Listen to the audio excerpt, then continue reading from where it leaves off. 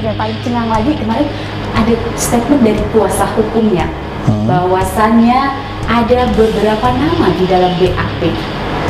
Dari 4 tersangka yang hari ini ditahan oleh penyidik KPK, itu ternyata yang terkait dengan Pak Aom itu hanya saudara Ade. Apa ya, anak buahnya Prof deh gitu. Anak buahnya Prof tuh tahu banget loh berarti 33 nama itu. Ya pasti dong, karena seorang profesor yang juga dia rektor, tidak mungkin dia yang akan duduk manis di depan komputer. Ya, mungkin dia yang ngerekap data itu dong. Nggak mungkin dia yang ngerekap, nggak mungkin dia yang akan mantengin komputer atau laptop itu memastikan siapa yang lulus, siapa yang tidak lulus.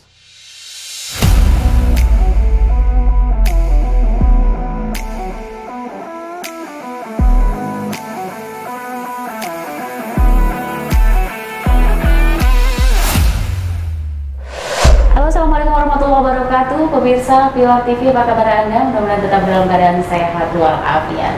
Senang sekali saya Fitri Amalia kembali menjumpai Anda di program kesayangan kita, Bicara Fakta. Karena yang kita bicarakan adalah faktanya, bukan katanya.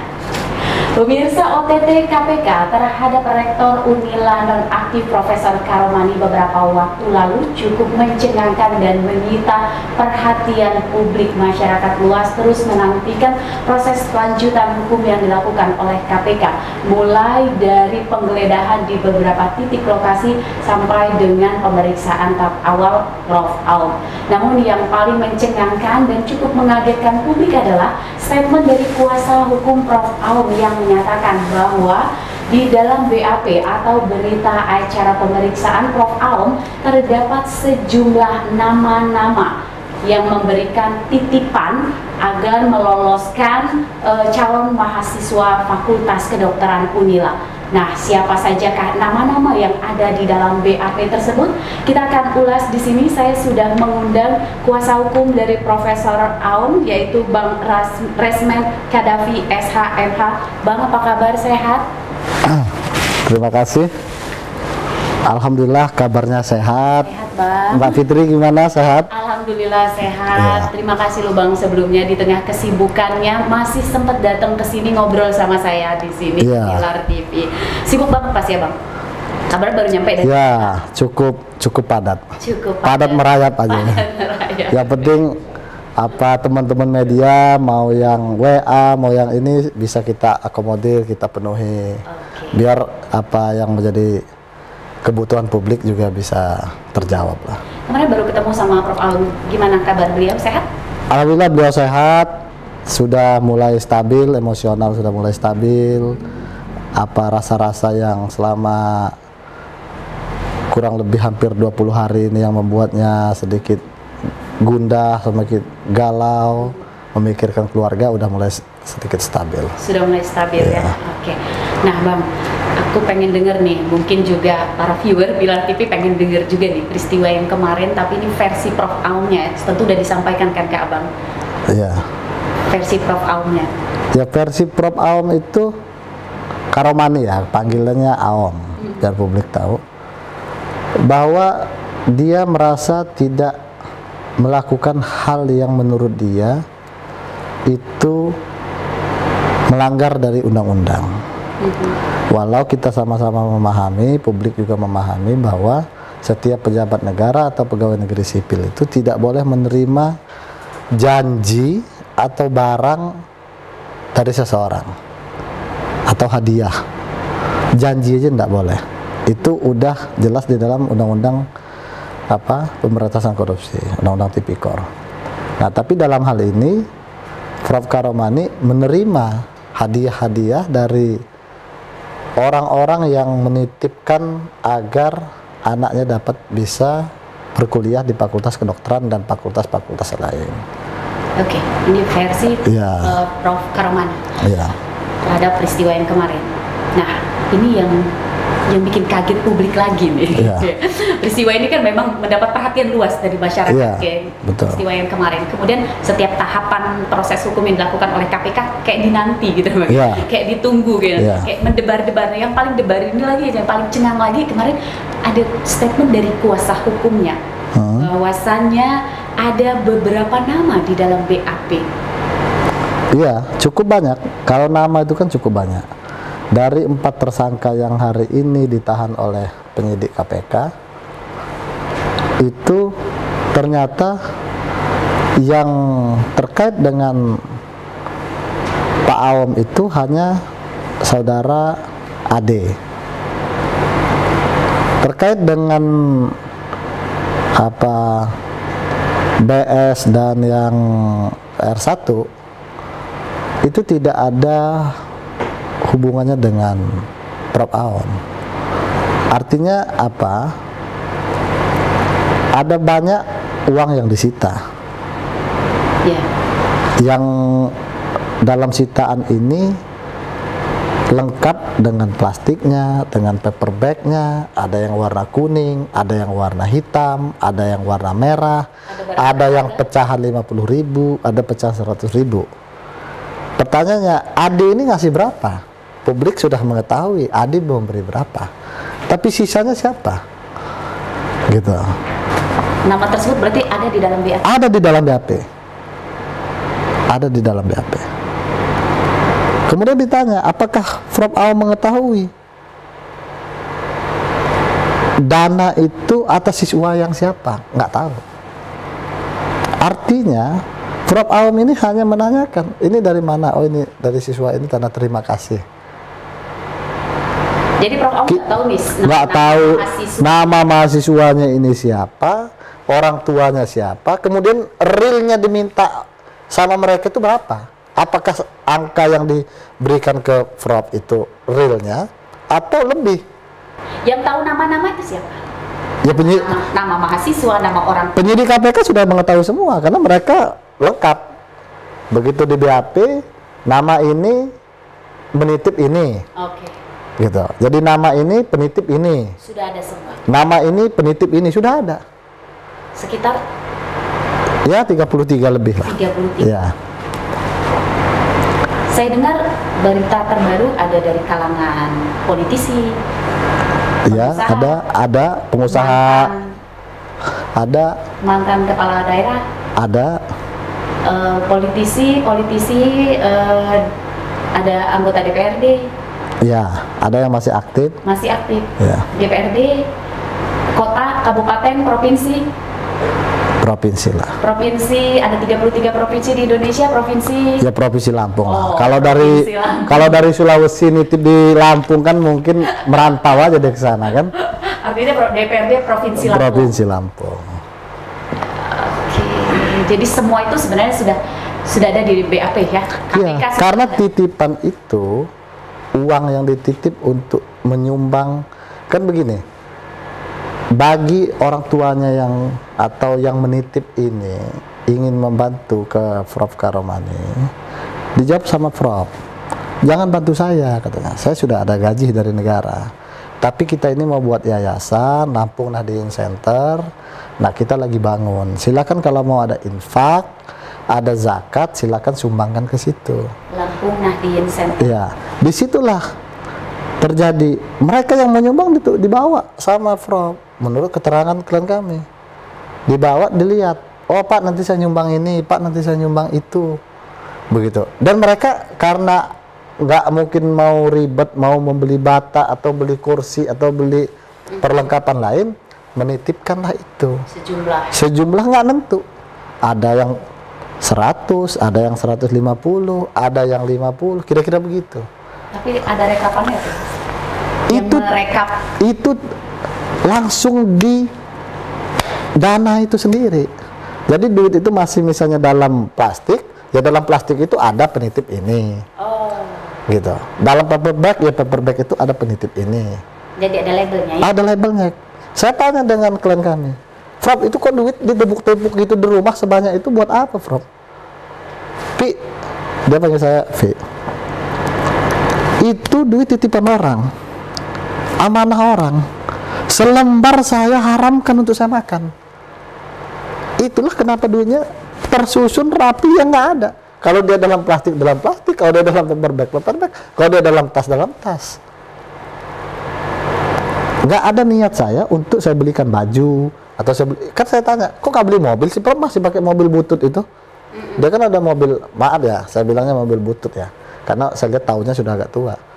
Ya, saya ada mobil dinas, buat apa beli mobil?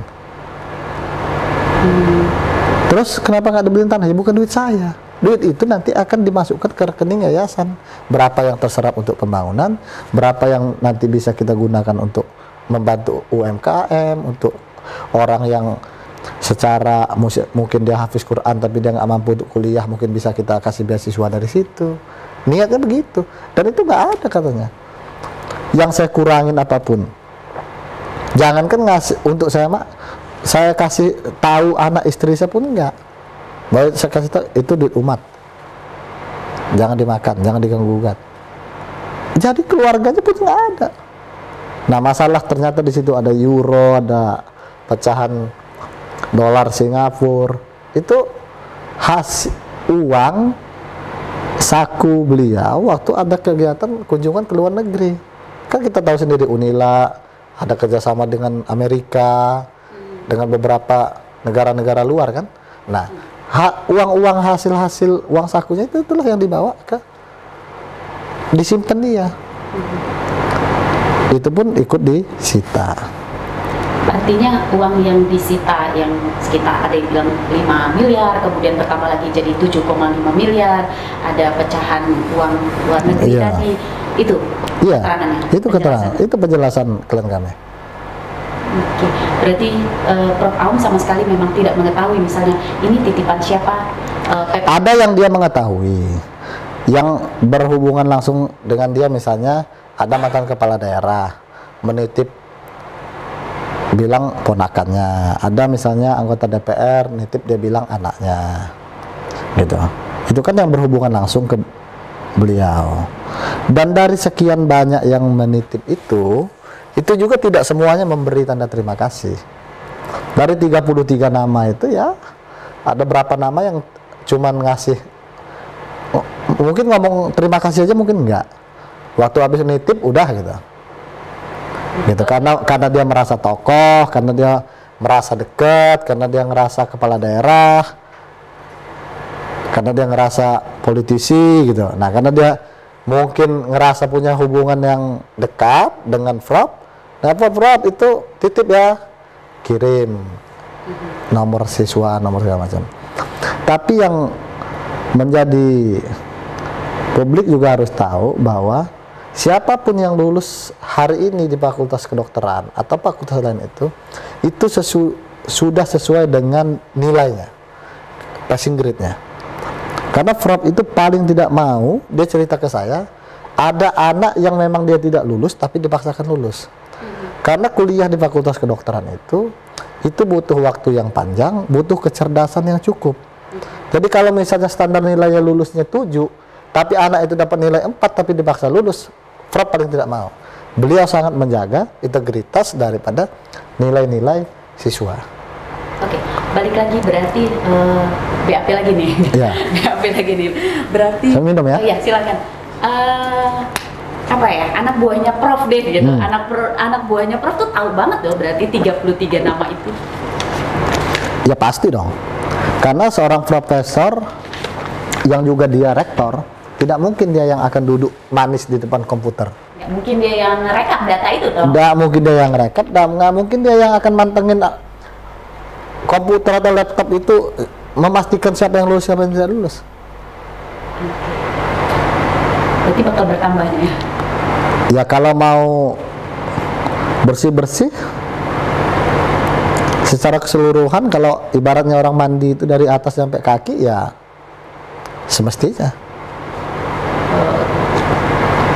penyidiknya nggak tebang pilih. Dan penyidik pun sudah mengantongi 33 nama. Saya rasa mungkin mereka lebih lah dari 33 nama. Lebih. Yang mereka kantongi. Lebih. Ini kan kita dapat versi kan dari Prof aja kan? Iya, iya. Dapat versi kami dari klien kami. Dari apa yang dituangkannya di dalam BAP ada 33. Mungkin bisa lebih. Tapi dari keterangan tersangka lain, ini kan bisa jadi, oh Pak, kata saya nggak bawa 3, saya bawanya 5. Atau mungkin penyidik punya bukti lain misalnya, oh ini nggak 5 Pak, ini 7 yang dibawa kan. artinya kan bisa nambah. Kalau yang langsung ke FROP-nya aja itu 33, artinya yang nggak langsung. Berarti orang-orang yang disebutkan di dalam BAP Prof ini tadi, ini kan Prof yang menyampaikan di dalam BAP itu 33 tadi. Ada yang beliau yang menyampaikan, ada yang penyidik menanyakan apakah nama ini, nama ini, nama ini, nama ini. Kemudian itu mengingatkan beliau, ditunjukkan dengan bukti oleh penyidik. Bapak masih ingat dengan bukti ini? Ini dari siapa, Pak? Ini atas nama siapa? Ini inisial ini siapa? Baru teringat lagi. Itulah muncul. Jadi ada yang teringat oleh Prof, ada yang tidak teringat. Yang tidak teringat itu yang penyidik mengingatkan. Misalnya nama siswa atau siswi, gitu. Prof kan nggak ingat.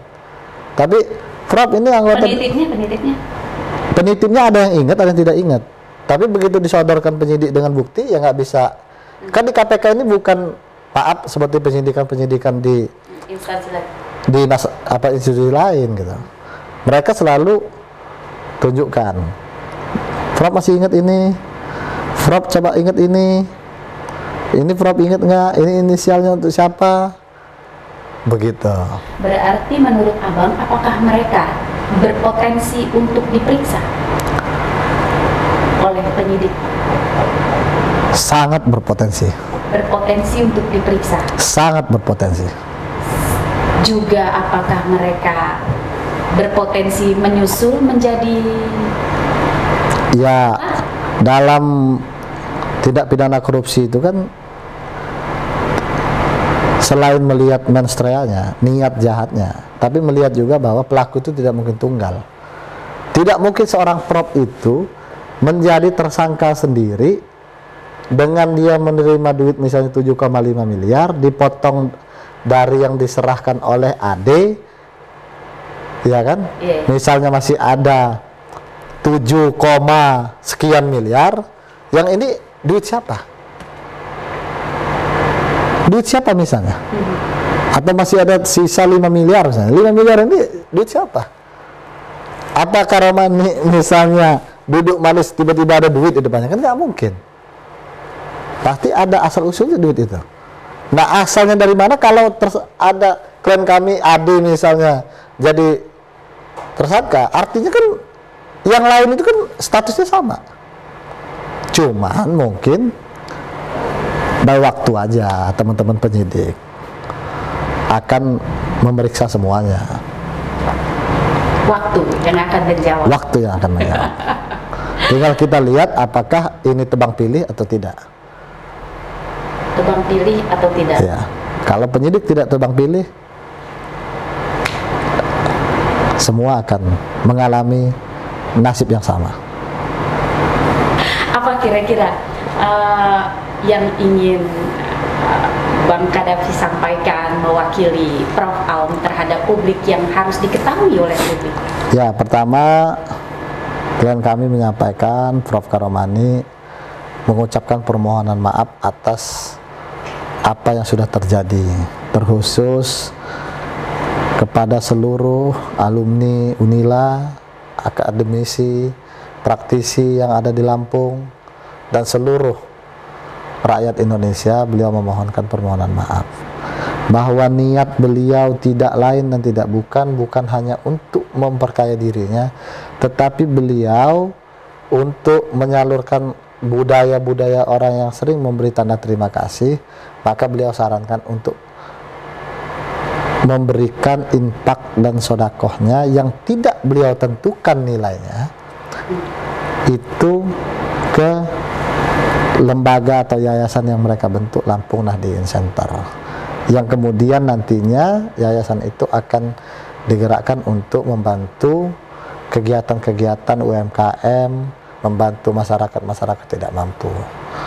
Nah, ketua yayasan atau pendiri dari? Dia pendiri dari yayasan Lampung Nahdien Center. Beliau memang pengurus di NU.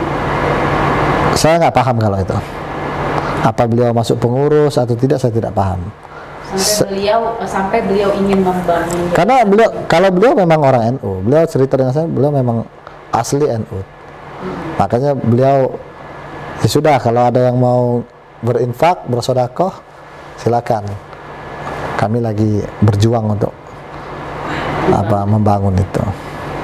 Jadi tidak ada yang ditentukan harus memberikan sekian gitu, nggak ada. Oke, baik. Artinya apa yang disampaikan oleh kuasa hukum Prof. Karomani itu adalah benar ya?